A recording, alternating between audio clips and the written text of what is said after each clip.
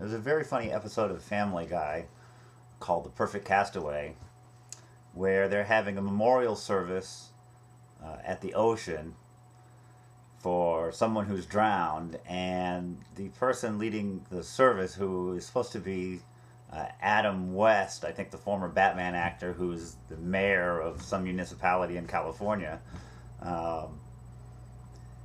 he is very upset that his friend is dead, that his friends have drowned, and he attacks the ocean with a knife, stabbing it for drowning his friends. And it's a very funny idea because it's an absurdity to think that the ocean is a moral agent and bears responsibility for drowning deaths. And that idea, it's kind of making fun on the idea of animism, which imputes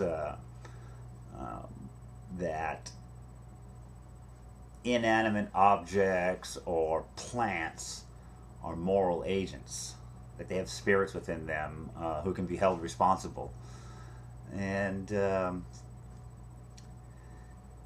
there's an episode in the New Testament, is recorded in Matthew chapter 21 verses 18 through 22 and Mark chapter 11 verses 12 through 14 and 19 through 25, where Jesus and his disciples come upon a fig tree. Jesus is disappointed that there is no fruit on the fig tree, even though the tree is in season, and he curses it, according to the Bible, and causes it to wither. And that's a very funny idea, because why should Jesus consider the fig tree to be a moral agent and hold it responsible for the fact that it had no fruit, and then to wreak a kind of vengeance upon it? That's a very bizarre idea.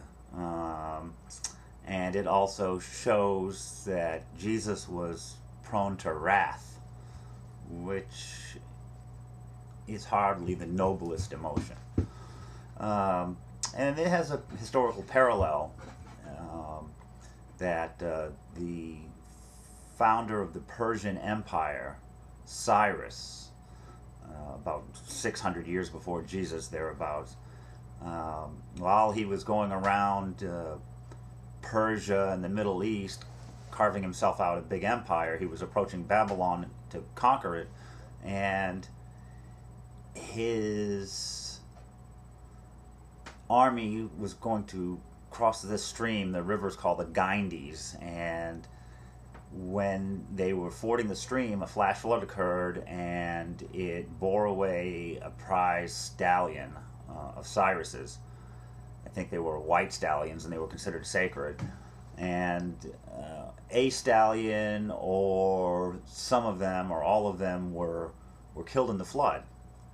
And this angered Cyrus, and he punished the river for killing his stallions by dividing the river up into many diversionary streams, so that the river trickled away into nothingness in the arid regions of the Middle East. And it's a very close parallel to this kind of sentiment, and the sentiment is basically animism. And so it's very easy to conclude from that section of Jesus and the fig tree that Jesus himself was something of an animist.